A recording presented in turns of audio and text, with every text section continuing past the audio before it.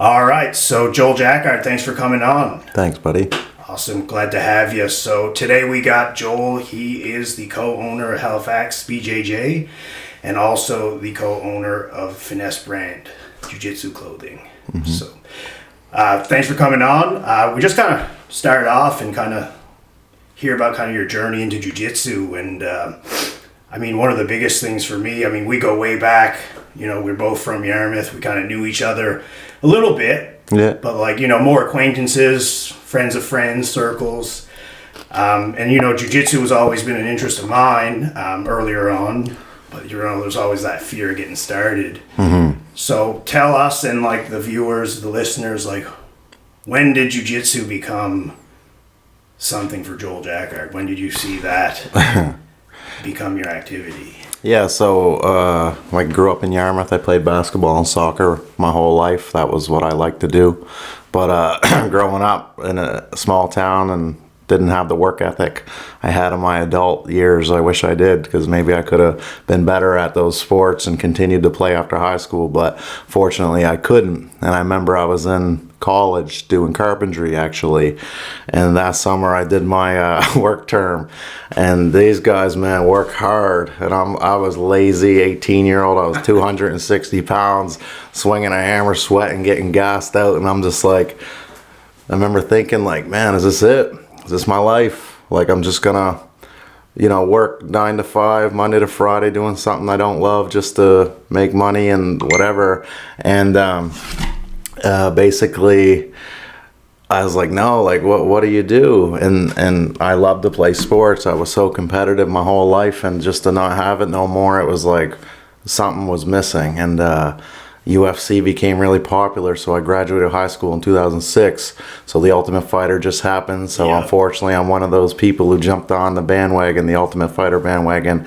And but being in Yarmouth, your resources are very limited. Know that. So I actually started training in 2007 with this. He was like a JKD guy, Jeet Kune Do or whatever. Okay. But because of MMA's popularity, he started to say, oh, I do MMA, I do it all. And you don't know no better. So I started going to this guy, and he was teaching some bullshit, but you don't know no better. But looking back now, he wasn't anything to do with any of this stuff. But I went to a jiu-jitsu tournament in 2007, and I did it. Man, I weighed 258, and the best part about the tournament, I ran into some guys from Yarmouth. And I was just like, where do you guys train? Like, they're like, yeah, we just do jiu-jitsu on our own. It was, I think there was 3 of them, and they trained in their buddy's spare bedroom because they got an old wrestling mat from Maple Grove that they just donated to them. So literally, I was like, when do you guys train? And they're like, we're training tomorrow night. This is on Saturday, April 27th, April 28th. I went there that night. You remember the date? I remember the date, man. I remember the date. And that was my first real, I guess, jiu-jitsu class as real, you know, as it got back in Yarmouth. And right. Yeah, so we started training there. We did 3 days a week, and then soon after, a boxing gym opened up in Yarmouth, and I started doing that on Tuesdays and Thursdays. So I was doing jiu-jitsu Sunday, Tuesday, Thursday, and then boxing Monday, Wednesday, Friday. And the following November, I went to another tournament. I weighed 209, so I lost, 30 pounds, 29 pounds, or whatever it ends up being. My math ain't great right now. But then that's how I started training with them guys. And then eventually, 2008, August, I had to go to, I changed my career path too, actually. Because once I started training jiu-jitsu and stuff, I ended up switching career paths, and I took corrections. I had to do a year of human services at Yarmouth, and then I had to do my second year of corrections in Truro. So luckily I moved to Truro, and I went early because I knew there was a good kickboxing gym there, Merrimack Athletics. Yep. So I met Mickey Marshall, who was probably one of the best people I could have met that early on in my career. He saved me from, you know, jumping in the pro MMA fights way too early. He talked some sense into me, do some amateur stuff, keep doing jiu-jitsu tournaments because I was young. And I'm so glad I did that because, you know, you don't know any better. People will let you fight pro pretty easy around here, and especially back then. Mm-hmm. So that's how it all started. Just training in a spare bedroom. few guys. We were just training off YouTube, and for the OGs out there, we'll remember Submission 101, where Buddy would wear like the red gi pants and the no gi top, and they would have techniques on there. So that's how we were learning. And it's funny, obviously it wasn't great training, but you take what you can get sometimes. And looking back, it's like, damn, I missed a lot of the basics, because we were self-taught. We were looking at the cool stuff. And, if I could go back, I would just focus on the fundamentals a lot. Yeah, man. I mean, it's kind of one of those things. It's like you don't know what you don't know. And like we were just chatting before the podcast, it's like, we have a variety of classes at the gym now. Some no-gi, some gi. Some guys pick one over the other, where I would rather train versus not. So, it's really, you can cry about the quality, but you got to jump in sometimes. And like you say, Yarmouth, I mean, I know just as well as anyone, because I grew up down Argyle. So talk about lack of resources and like recreational activities. We'd have to go to Yarmouth to get up to do anything, hockey, soccer. We had a baseball field, soccer fields, but like a lot of the teams we'd have to go up and play you guys or other local schools, but that'd still be a 20, 30, 40 minute drive. So. Yeah, a lot more effort. Yeah, man. So that's awesome. So how long have you been training total? Since 2007. Since 2007. I started, and the goal early on was to do MMA.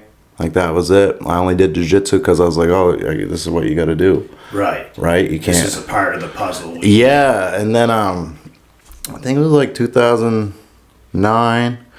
I got my first amateur kickboxing match. It was March 28th, 2009. I remember that too. In Churro. I just remember being scared, man. Scared as hell. So I was fighting out of Churro. It was the first fight of the night. And I'll never forget, I was warming up. And the way the warm-up area was, you could watch your opponent warming up. And it was so weird. And I remember just being like looking, seeing an exit door. And I was like, man, if I could just go, I would. I would not do this fight. But, once the music hit, you got to walk out to your own music. And the crowd went crazy the first fight. And I was representing Churro. It was good, man. It was good. I'm thankful for that. And I was lucky to win. And then I was focusing a lot on kickboxing in 2008, 9, and 10. And it's hard to get fights around here unless you're willing to travel. And I didn't really have the money back then to travel. Right. So you get all kinds of fights lined up. They pull through, the whole card pull through. Just, you would get injured. And so I ended up just doing like one kickboxing fight a year. And in between, I was doing a bunch of jiu-jitsu tournaments. And then I ended up in Halifax, I went from Churro to Toronto for the summer. I lived in Toronto, I trained up there, and then I came back to Churro for the winter, did a kickboxing fight, went back to Toronto for the summer, and then came back home and made home in Halifax, and I started training at Titans soon after, and still with the goal of doing MMA and stuff. I had like a knee injury, so I was focusing a lot on jiu-jitsu. Tried to get a couple MMA fights, and they just never came to fruition. And I think it was like 2013. I'm just like, man, F this shit, man. I'm done. I just want to do jiu-jitsu. And what really burned my ass coming up was I did the 3 kickboxing fights, and I won them all. I didn't like fight anybody crazy or anything like that, but I was lucky enough to win. But I didn't even care. I just wanted to win jiu-jitsu tournaments, and I couldn't. I'd get like silver or bronze sometimes. And I got like a golden beginner, but I could never win the jiu-jitsu stuff, and it always killed me because I didn't even care about kickboxing. I didn't like it. I didn't enjoy it. The only thing that made it enjoyable was having an amazing coach, Mickey, and an awesome team at Merrimack, and it was a community, and it was fun. And, you want to be there to help the other guys too. But I never actually enjoyed it like I loved jiu-jitsu. It was like, so when I first started, it was like to fight, but then it like, man, this is what I love. I love jiu-jitsu. I loved going. And 2013, I'm just like, man, frig it. I'm going to just focus on jiu-jitsu. And I'd still go like box with some of the boxers once in a while, just if they had a fight, I'd just be an extra body. But the focus has been jiu-jitsu for the last, 10 years. It's 2023, man. Time flies, man. Whew. Doesn't it? So I mean, I've been training with you guys for almost 5 years now. Yeah, I started as didn't know anything white belt, and I already got my purple 2nd degree purple belt. There you go. It's been quite a journey. That's it, man. That's what it's about. So yeah, that was kind of how I got to do just jiu-jitsu, and then it was like, let's get good at jiu-jitsu, or try to. So man, you're like the Yarmouth Craig Jones. Only get second. For anybody that doesn't know, Craig Jones, one of the top jiu-jitsu guys in the world, so it's no joke. Yeah, the Yarmouth, big fish, small pond. That's it, right? Yeah, I think I'm the only black belt from Yarmouth, to my knowledge, or I hope so. Yeah, state the record. If there's somebody out there that's a black belt from Yarmouth, we must combat. All right, you heard it here first. I'm just joking, but that was always my goal. I was like, man, because I was never going to be a world champion or anything like that. But I was like, man, it'd be cool just to be the pioneer of the South Shore. And I think I've done that, so. Yeah, man, absolutely. And that kind of leads me to kind of my next question. I mean, you started off in Buddy's living room doing the best you could. I mean, there's no doubt you've seen a ton of changes in the industry, from the amount of resources all the way, fast, to, what did you say, 2006 you started? Seven to 2023. I mean, what would be some of the biggest, most impactful changes you've seen to the industry since starting as a young man into jiu-jitsu?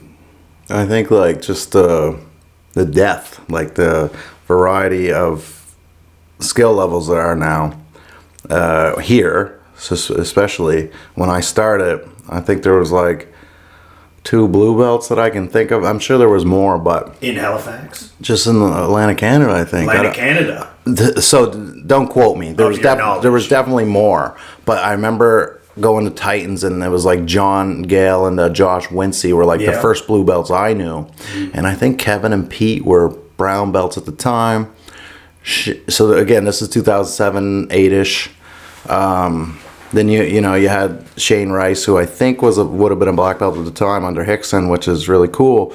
But I don't know when he like moved back home for good, so he wasn't really around for a little bit. So it was always like Kevin, Pete, and everybody kind of branched out from there. I think like so many people, if you trace back to the beginning, had some involvement with Kevin and Peter. So, but now you look today, they're still here and they still run a successful gym, which is impressive because they've been around so long. But now you have so many gyms. There's so many black belts. There's so many, like there's more black belts now than there was probably people doing jiu-jitsu in 2007. That's amazing, eh? Yeah, like I think that's probably a fair comparison. Now, if you just crunch the numbers, it may not line up quite like that, but I'd say it's pretty close. Significant.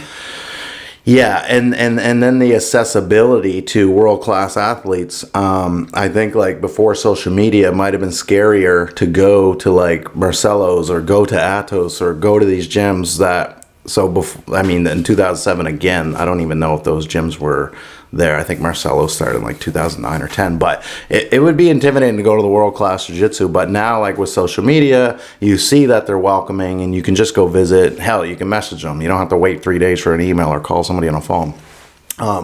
So it's just more out there. It's more in your face. It's more accessible. And then videos, like YouTube now for free is insane. The amount of content on there. You could get MG in action in 2011 or 12ish, whenever he started that, which was crazy. Which was Marcelo's website. Yeah, and like he was competing at ADCC while filming all his training and putting it out there, and that's badass. And I'll never forget, somebody asked him like, "Ain't you worried about your opponents watching your classes?" And he said, "No, because if they're worried about what I'm doing, nobody plays my game better than me." Yeah. And I'm like, that's so gangster, But then you got, AOJ, you got Lucas Lepre online. There's so many resources now, and it's insane. And if you have the money or you want to do it, you can fly these people in. Like, how crazy is that? You couldn't go play basketball with LeBron James or Luka Doncic or any of them guys, but you could have Marcelo for a seminar, Lucas for a seminar, or you can just go to their gym. Yeah. So I think that's the biggest change, and because of that, people are getting better without. Even in rural areas, you got resources to learn from the world's best people. I still think it's super important to go and travel and train with these people or bring them in because, on videos, it's hard to capture some of the finer details. And one thing I learned when I started going to New York in 2015, and that's where I always went to train, was Marcelo's. Is they would teach a technique, and they're like, we're gonna work on this today, and I'd be like, oh yeah, I know that, so I thought. But then they show a crucial little detail that changes everything that I didn't understand because I wasn't as good as them guys. And then that one detail changes everything. That's one thing when Lucas comes, he shows like a technique that I'm pretty familiar with, so I think, but he shows one little grip change or one little angle change, and it's just like, what the hell? And that is why, that could be the difference between why I get smashed when I try that to somebody really good as opposed to somebody not so good, is one little detail.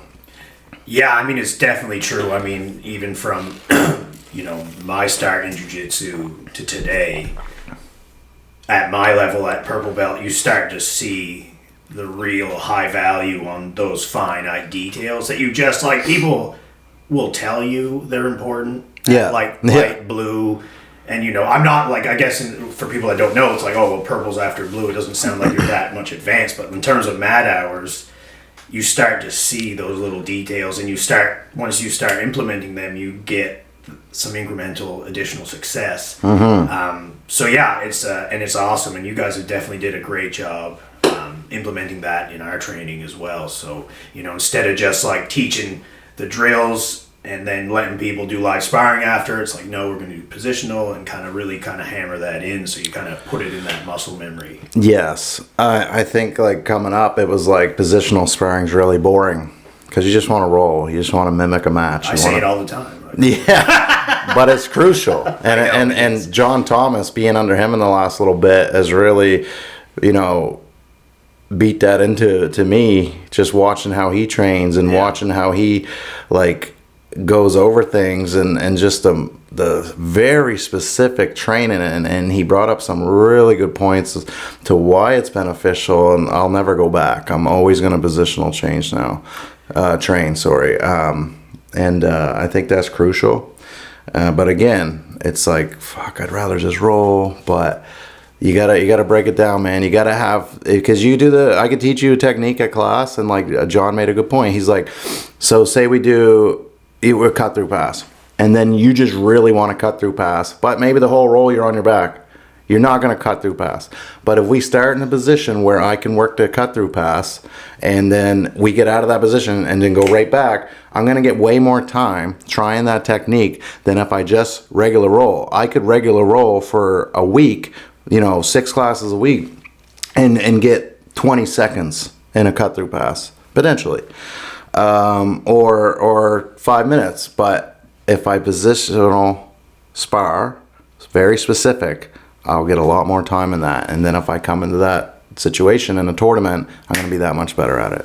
Absolutely. And that was a big thing. I was like, man, okay, yeah, because we'll go over moves like lasso guard or whatever guard, and you don't even get to sniff it and train it. And you're like, damn, I just really want to work that. Or you're just trying to force it. And then you develop bad habits, and then your training is not very productive. If I'm just like, well, I need to get that lasso guard, and it's just not there, then what? You're just, John always says, and I love this, take what's available, and jiu-jitsu becomes more fun. It becomes more playful.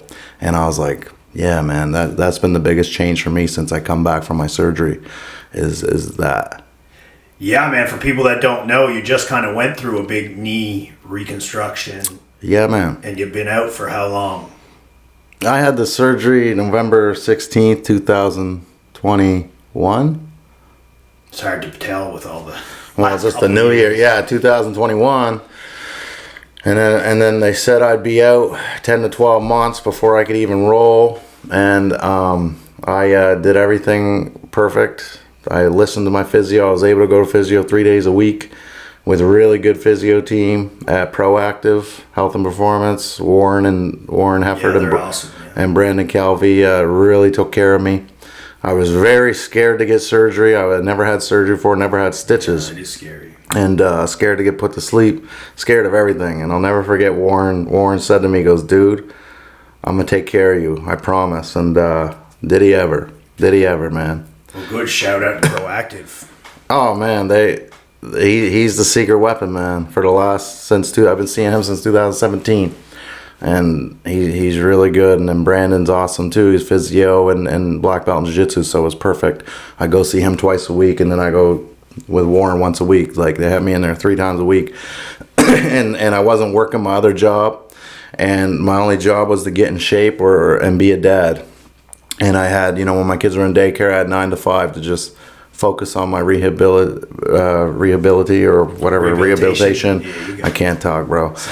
This coffee ain't done yet. So it was just like hyper focused on that because I was already missing so much time. I was like, I don't want to miss a year from the mats. And tough. And at first, like I enjoyed the break. I was just trying to like take positives away from the mental break of training because I haven't had a break like that since I started. I never had more than a few weeks off. Knock on wood. That just means I didn't get badly injured until this. And it was actually playing basketball. So basketball, man, don't play basketball. Shit's dangerous. Just do jiu-jitsu. Right. But it's funny how it works though. Yeah. So it was like June's 15th, I think it was. I remember because it was like 7, just shy 1 day, 7 months since my surgery. I did my first like regular roll. And, you know, I went with my buddy Chris McDonald, and he was very nervous for me because he had the same surgery. Yeah, and me. Yeah. Oh, no. Oh, shit. So we, you know, we rolled and then we eased. And anyway, I competed. It was almost... Sorry, Chris, if you're watching. Yeah. I competed. I think it was like just shy of like 2 days to a year, or was it 2 days after a year? So it was like a year and 2 days, and I competed. First time at black belt, and I was just really happy to compete because I didn't think I was gonna in that whole calendar year. And then I got my ass whooped for many reasons. The guys down there, I went to the States. If I could go back, I would have done a couple like local ones to kind of ease back into it, but I was naive. I was like, no, man, I'm gonna just go back to my winning ways like I was before the pandemic, and I was rusty as hell. And what tournament was that again? It was in the New Haven Open in IBJJF, Connecticut. I did Master 1 black belt middleweight. JT Torres was in my division, which was crazy. So already it's like, well, I guess I'm going for second. Don't sell yourself short, bro. Yeah, oh no, he just went and filmed an instructional on the whole division. But I ended up losing to a guy, and the next day I did no gi. I went against the guy who won the Ultimate Fighter 16, I think, Colton Smith, just a crazy good wrestler. And I don't know if I could beat these guys, but I think I could do better. I just went in, I was almost too relaxed. I forgot what it was like to fight. It's like I was rolling. Intensity. Yeah. It was like I was rolling with my buddies. When I went out there, I was just happy to be there, which was nice. You come a long way. Yeah, I was happy to be there, but I didn't want it as bad as they did. So I'm very excited to go back and do it again. I wasn't planning on doing another tournament that year, but as soon as I left that venue, I looked at my training partner. I said, I'm competing in 2 weeks. Like, I have to. Like, I have to get good at competing again. That shit burned me. So luckily there was a black belt division here, which ain't always the case because not many people get their black belts and it just seems like they just stop competing for whatever reason. A lot of ego around here. Maybe it could be it. I don't know. Maybe they're burned out by the time they get their black belt. Maybe it's an ego thing. Maybe they just don't want to lose. I don't know. But luckily I think there was 4 of us, and I won that one pretty good. And sweet. Yeah, I just needed to like win. Me up. I needed to win again. I needed to stand on a podium again. I needed to receive a medal again. I needed to get my hand raised. Just these familiar things that I was doing so much prior to COVID.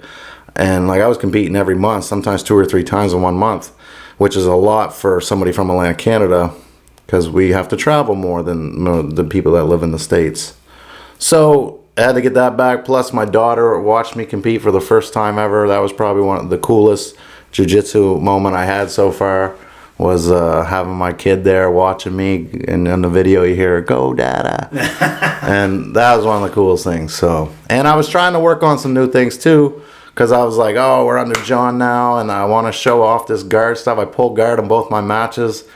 Man, the first guy, we were playing guard, he had a nice pass attempt. I re-guarded, he gave me some space, and it was almost like my mind said, F this shit, just get on top. And I wrestled up, and then the other guy just fell back for an ankle lock like right away, and I was like, okay, I guess I'm gonna get up and pass these guys. And anyway, just to get familiar again, get that feeling back was nice. Joel's the co-owner of Halifax BJJ. Mm-hmm. We went a lot through kind of you coming up with jiu-jitsu, when that all started.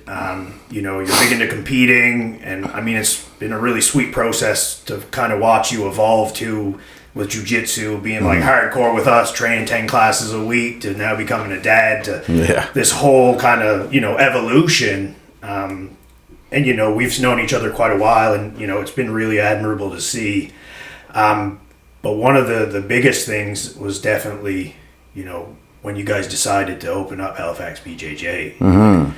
Can you bring us through kind of when that started to become a discussion, an idea? And kind of, you know, what you were looking to kind of give back to Halifax from kind of your experience, because it wasn't easy, obviously, coming up with little resources. Mm-hmm. You know, what can you tell us about kind of that process? Like, when did that all start? Yeah, so 2017 we opened. I think it was like officially October, end of October, I think.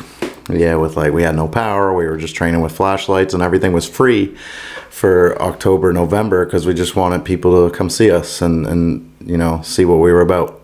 And people are hesitant if they don't know much, and then they got to pay. But if it's free, they'll try it. Right. But probably, you know, it kind of happened really fast. We were all, few of us were part of another gym, and that other gym was great. Everything was fine. The biggest thing for us was just when I started going to Marcelo's, I just like loved the vibe there. I loved what they were about. And the biggest thing was they were jiu-jitsu only. And they had morning, noon, and night classes, and all classes were well attended. Of course, they're in New York City. There's millions of people. Tons of people, obviously. But I still thought we could, you know, get a core group of guys to train in the morning, because there wasn't really that going on, and there was no noon classes, and Marcelo's noon classes were huge, and people would be showering and going right back to work. I just wanted to try, and the gym we were at, we weren't able to do that because there was just so many other programs, and they had guys, I think they had a guy in the UFC at the time, or he's very close, and you have to focus on that, because you get a guy in the UFC, that's huge for your gym. So they had to focus on that, and we just made a decision to go off on our own and try to open up a jiu-jitsu only gym. And, you know, not everybody was pumped about it, and that's fair. I understand why. But you only live once, man, and we had to try it. I just had to try. So it was Josh Whalen. I put the bug in his ear, and he loved the idea. The weapon. And I'll never forget, because he was just so ready to do it. And I remember he sent me a location, a Kijiji ad. And I was like, yeah, cool, man, like, whatever you think. He's like, well, just come see it after work. And when I was done work, I met him there, and we looked in the windows. I said, sure, yeah, I can picture people shrimping down that little lane there, and picture a gym going in there, a small gym. But you want to start out small. So I'll never forget, it was like 2 days later, he's like, I'm signing the lease. I'm like, what? Like, why don't we wait till January? He goes, I'll never forget, he's like, if we don't do it now, we're not going to do it. And I was like, he's like, are you in? I said, yep, I'm in. Swallow. Fuck it. Let's go. Let's do it. Okay. That's what awesome. Have I done? So he signed the lease, man, and I don't even know if I signed it. I think he did. And then, you know, me and him, we had a couple people come and help us right away, and then me and him put up all the money for it. And yeah, that was that. We were forced to open pretty quick because our current coach found out a little. What's that? Did he ask you guys to leave, or? No, we were planning to talk to him, but somebody kind of let the cat out the bag and told him, and you know, they thought they were doing a good thing by giving him a heads up as quick as they could, which is fine. It just made us look bad because it came from somebody else. It should have come from us. That was, you didn't get the opportunity. Yeah, that was my only regret from the whole thing. I felt really bad about that, but he couldn't go back and change it, so you know, I couldn't go back to that gym, so. And I was getting ready to compete. 2 weeks later, I had a match for submission series, and then I had to go to New York to do the New York Open. So I was like, well, shit, I got to train. I had some old judo mats from like 93 Canada Games in Yarmouth. Oh, yeah. In my mom's basement. So that weekend I borrowed a truck, went down, brought all the mats back, and we were training with iPhone flashlights for the next few weeks, and then we got power hooked up and slowly became a thing, and we had to make the schedule and all this, and we were asking other gym owners for advice. And I'll never forget one gym owner, our schedule at the time, it was like morning and like 2 or 3, probably 2 night classes and then a couple kids classes through the week. It wasn't nothing, but he's like, that schedule's a bit ambitious. And like other people said, like, good luck like paying all the bills with just jiu-jitsu. I'll never forget That's the feedback you're getting. Well, some people loved the idea, but other gym owners just seemed to think it was a little ambitious, or that like you actually think you can run a business with just jiu-jitsu, and we're going to try. We were the first ones to try. And then the schedule was ambitious. And again, I think it was like 4 mornings a week and then 2 adult classes each night with 4 kids classes a week. And yeah, man. Now we got, I think, over 30 classes a week. So how many members did you start with? Just like if you could say a number when you opened the doors the first month. Well, we didn't take membership, but attendees then. I'd say we were having like for the advanced classes or experience classes or whatever, I don't know what we called it back then. There's probably like 6 or 7, 6 to 8. And then for people that are watching now, how many members do we currently, I say we, but do you guys currently have at the gym? Oh, it's our gym. Absolutely. I don't know. Like, here's the thing. People sign up, and we don't know if they're coming back. But active memberships, I'd say between 300 and 400. Amazing. Yeah, so it's you insane. went from a hope and wishing that people would come to 6 people attending to over 300-400 members, depending on activity. Yeah. And then what would you say your average attendance is per class with your overly ambitious schedule? Per class, it got to be, I'd say the average is probably around 17 to 20. It's amazing. I think, if I had to guess. Yeah. Because, sometimes we have 30 people, sometimes we have 14, but I don't think it's ever under 10. I haven't seen single digits in a long time, unless it's, personally for me, I like to train lately again in the mornings, and there's a few classes, depending on weather and people's schedules. Right. Life happens. But well, I know yesterday the bridge was shut down, so a lot of people were late getting to the class. You're right. Yeah. So, but yeah, man, and there's over 30 classes a week. Like, shit, dude, we're always trying to figure out how to better the gym, of course. Like, even just something so little as better showers. Like, we're in the process of upgrading the showers. You did a great job. Steph killed it, man. He's amazing work, and he's a student.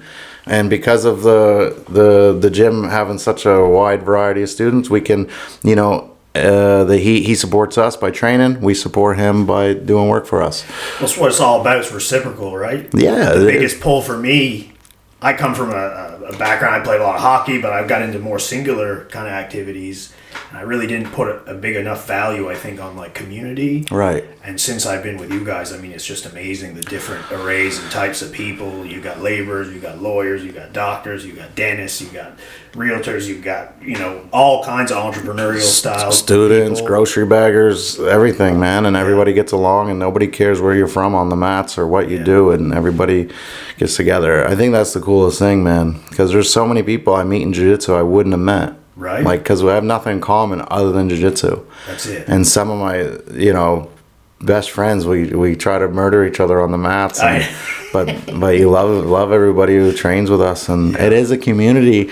And the other thing, the huge thing why we were so successful, I think, is our ability to just welcome people to the team.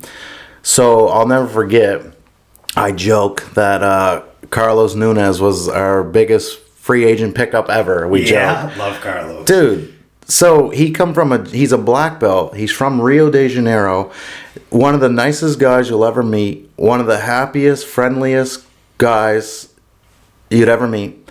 I'll never forget, he came to me when it was probably like a couple months after we opened, probably 5 or 6 months. It was the summer of 2018 because we had a summer special. He messaged me, I want to come check out the gym. Bro, you're more than welcome. He signs up. We had the 2-month special, he bought it. And then he trained with us for a little bit. And then I'm like, this guy's a black belt. Like, we should have him teach. Of course. Right? So I approached him. I was like, hey, man, like, when the 2 months is up, like, if you like us and you know, we like you and we're a good fit for each other and you want to be a part of this, would you want to teach maybe? And he said, he looked at me, he goes, all I ever wanted was to teach, man. And his old gym, from my understanding, didn't really let him teach. I don't know why. Maybe they had a rule. I don't know. But I was like, I will let anybody teach. I don't need to be the teacher. I don't need to be the coach. I don't want it. I don't even love teaching like most people do. So I'm happy, especially when I'm like getting ready to compete. You gotta be about you. Yeah, and I like to like just be a student of the game. Like I don't even want to focus about teaching, but what I do love is being in somebody else's class and being a part of the class as a student. Absolutely. And then I'm in there mixing and mingling with everybody. White belts, blue belts, purple, don't matter. I'm just you. And when people refer to me as a coach, I'm just like, I'm your teammate. I'm your teammate who happened to be crazy enough to do this a little bit longer than you. That's it.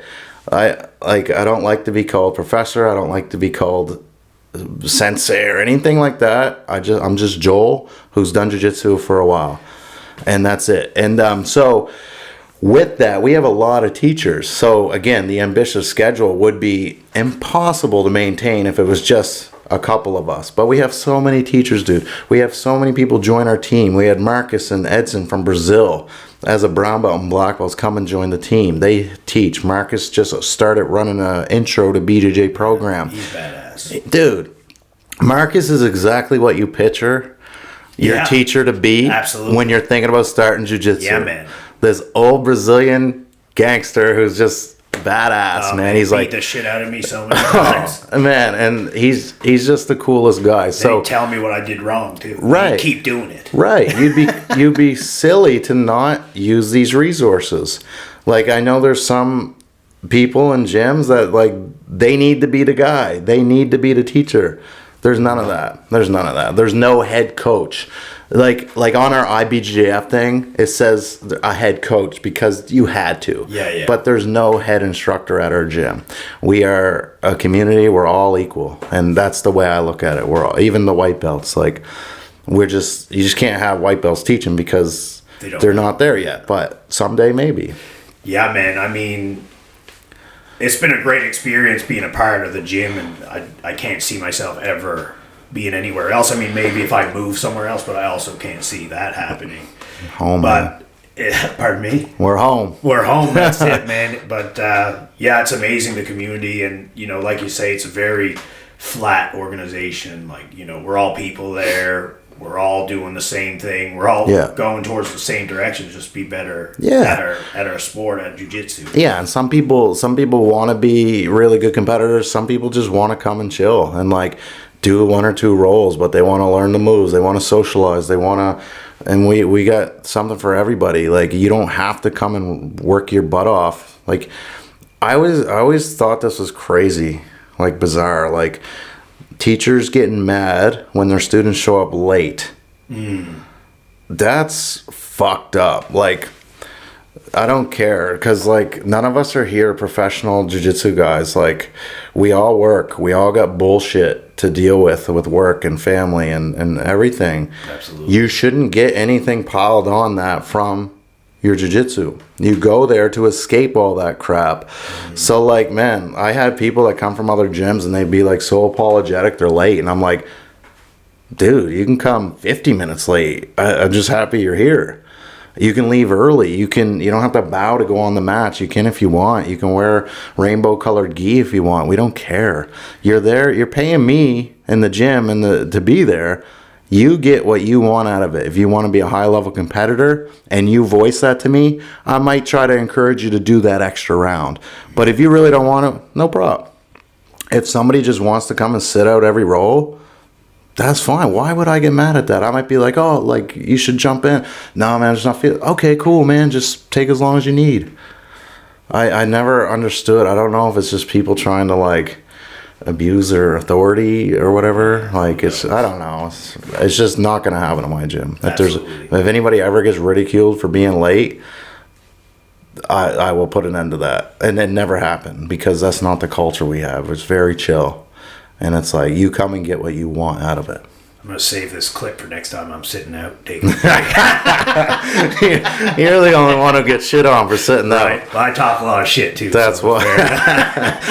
Oh, man. But switching gears, man, yeah, I mean, it's great. I mean, I was one of those guys that come from another gym that, you know, life happens. You show up a couple minutes late and you're standing there like a kid in the sidelines waiting for somebody to be like, okay, you can come. It's like, and I'm paying you for this? Cringe, man. Anyway. It's just a way to be, I don't know. Yeah, but I mean, you guys made the space and now we're all there. So, you know, we don't got to worry about that stuff anymore. But more recently, we want to talk about, before we let you go, not only are you running a successful jiu-jitsu gym with our buddy Josh Whalen, you've also kind of branched out and diversified a little bit and started your own apparel kind of key brand that I've had the pleasure of kind of see culminate and kind of help out a little bit in the process, just in some photo ops and stuff. What was kind of the start to all that? Like, what kind of directed your focus to starting this gi brand? Yeah, just I remember I had this gi made because I do all the gear for the gym. Yeah. So I developed some relationships through that, and I realized how to like design stuff. And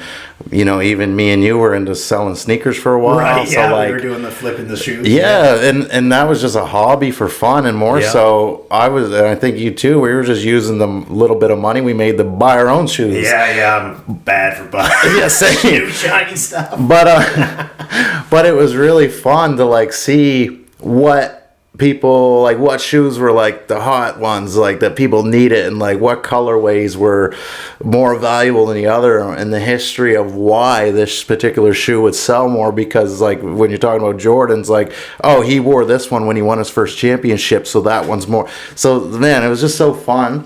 And I was always a huge fan of hip-hop and stuff, and when I was always going to New York, I loved going to Brooklyn and visit the Biggie mural and just learning about the history of Biggie and stuff. Obviously, selling drugs and stuff wasn't so cool, but I loved his music, and I love how he still is like alive and well in Brooklyn. The guy's been dead for 20 plus years, and it's crazy. Anyway. He lives on. Yeah, he lives on, and the Coogee sweater he wore, I was like, oh, that's so cool, like the colorful sweaters. Yeah, I see it. So I was like, man, how cool would it be to make a gi that's like inspired by that? So I was just messing around on my computer. I designed one, and then when I got the Halifax gis made, I asked them, I go, will you do me a favor and just make one of these? I just want to see it.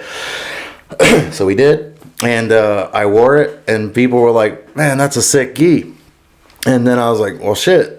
Okay, after like a year, I was like, I'm going to do a pre-order. And I just did it myself. And I think I sold 25. And I was like, oh, shit, okay. Like, people like some of the stuff that I like. So after that, I was like, I might just start a gi brand, because there wasn't really any in Halifax or Atlantic, Canada, other than Kent doing his thing. But I was like, there's room for one more, two more, whatever. There's room. Of cake on the plate. A bunch of people can eat. So I was rehabbing my knee, and I had a lot of time because, like I said, my only job for a while was to get in shape and be a dad. And I was Adam Pierce. He was just like being nice, like probably just seeing if I'd want a company, and came and worked out with me one day. And I was just floating around this idea of starting a gi brand. And he said to me, he's just like, yeah, I always thought about doing that too. And I was like, well, I could use some help. And he's like, done deal. And Adam's been training with us since the beginning. One of the coolest, another amazing person that joined our team early on that we were so thankful for. Very skilled jiu-jitsu guy, sick kickboxer, like so much experience. And he's been a part of the team since day one. So I knew he was trustworthy, and I knew what he was about. And I said, perfect, let's do it. Just floated around a couple names it's back and forth for a few days, and I had already been thinking about it, and finesse was already a word that I kind of liked, and it was funny because I said to him, I go, I have something that I think is good, but I can't remember what it was. And then I was like, I think I was playing like NBA or something, just trying to think And I was like, oh yeah. So I sent it to him. He goes, yeah, I like that. And that's just how it kind of became a thing. And we did a few samples and we gave them out, and then people were starting to ask about it, and then we were giving them to athletes.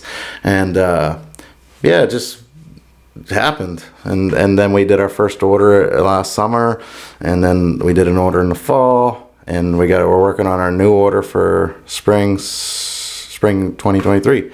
So there'll be this tracksuit actually, and new gis and new no-gi stuff. And yeah, it's just kind of like a passion project. Me and him were both like, I don't even care if we lose a tiny bit of money, but if we get to wear our own shit, that's pretty cool. And seeing other people. The coolest thing is when I see random pictures of other gyms, like in New Brunswick or wherever, and they're wearing our stuff, and I'm like, that's so cool. Isn't it? Yeah. Yeah, and this year we actually sponsored our first athlete, Graham Lipford, who I believe's Atlantic Canada's main hope for winning a big title. He's really sick brown belt, man. He's going to Euros this Friday. We sponsored him, so we're proud of that. And also we're gonna look to sponsor a couple more guys who are active in the local scene. Nice. And yeah, that's what it's about, man. The more successful we are, the more we give out. We've already paid randomly people that bought some of our stuff. I see they're competing, and we have a little bit extra money in the bank. We just pay the registration. We paid for a couple people to do IBJJF registration, a couple people to compete locally. We've given out a bunch of gear. So it's not all about like gimme. It's similar to the gym. The gym was very... You took the words right out of my mouth. Right. But to be fair, well, I'm also lucky that I had the gym. Me and Josh had very good jobs to back us as well. Mm-hmm. It would have been a lot different if we just quit everything and we relied on the gym to pay everything. We didn't. We both worked full time for the first... He still works full time because his job's too sweet to give up. Right. I don't like my job that much. But I love the people I work with. I love my coworkers, and that makes it better. Yes, and they somehow allow me to pick and choose how much I work, which is insane. So I just work 40% for them, and that gives me all kinds of freedom to do all this. But it's nice to know that if the gym ever starts to dwindle down, or the brand or whatever, I could just pick up more shifts. So because I have that freedom, the gym doesn't seem like a real job. Imagine if I depended on the gym to pay my mortgage and feed my kids. It'd be tight. There's some starting out anyway. Yes. There'd be some months like so we have people that come to us and they're like, man, like, shit's come up. I won't be around the gym. I can't afford to train this month. No. Come train. I'll give you a month. We can do that if needed. Obviously there's some people who take advantage of that, and we weed them out. We find out eventually, but if you're truly, we always help when we can. You know what I mean? So if I depended on every dollar to pay my bills, I don't think we could do that, but we don't, because we still keep the jobs.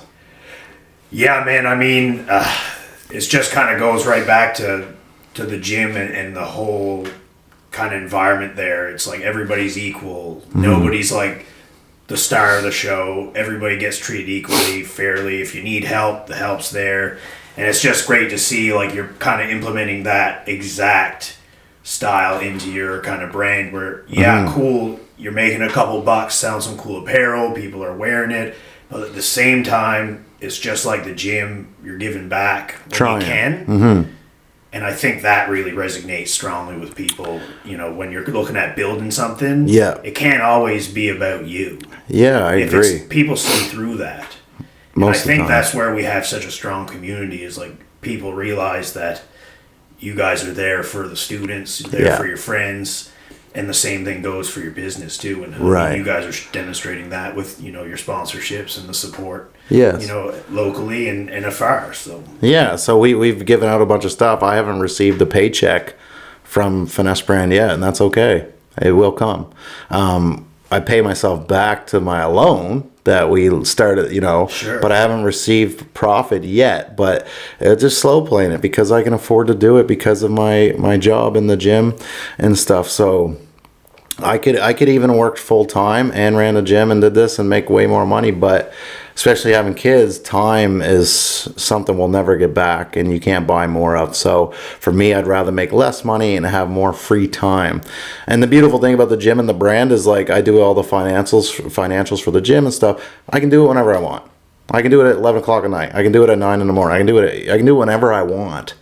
With my other job, my main job, they tell me where to be and I have to be there. And like, that's the hugest thing about being your own boss, if you will, is that freedom.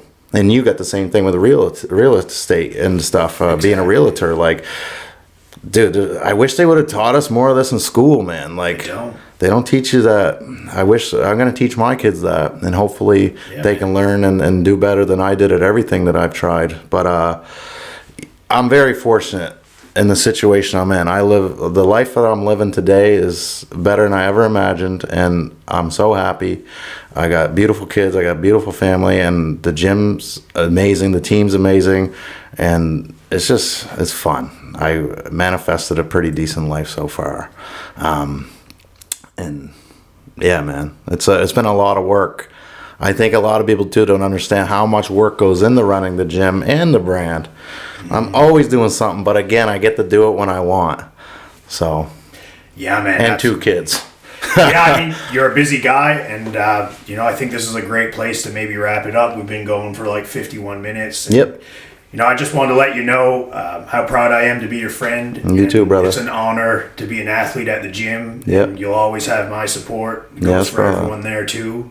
And I really appreciate you coming on, telling your story, and I hope people watch it. I hope so. We'll see you on the mats. We'll hopefully see y'all at the gym. That's it. Or buy some Finesse Brand. This right jacket's here. Coming out. I got a couple coffee stains I've added there. No, thanks for having me, man. This is fun. It's a cool setup you have, and I see that you have some really interesting guests, and I'm honored to be a part of this, and hope people want to listen to my story and stuff, and hit me up anytime on Instagram or anything. Hit me up at the gym. I'm there every day except Sunday. Awesome, man. Well, let's leave them with a quote from Lucas Lepre. It was one I've always liked. So for people, just everything you desire sometimes lies on the other side of your fears. Joel's a great example. Talk to Waylon. You just got to get out there, get after it. So we'll let you guys go. Have a great day. Get out there and do it. Thank you.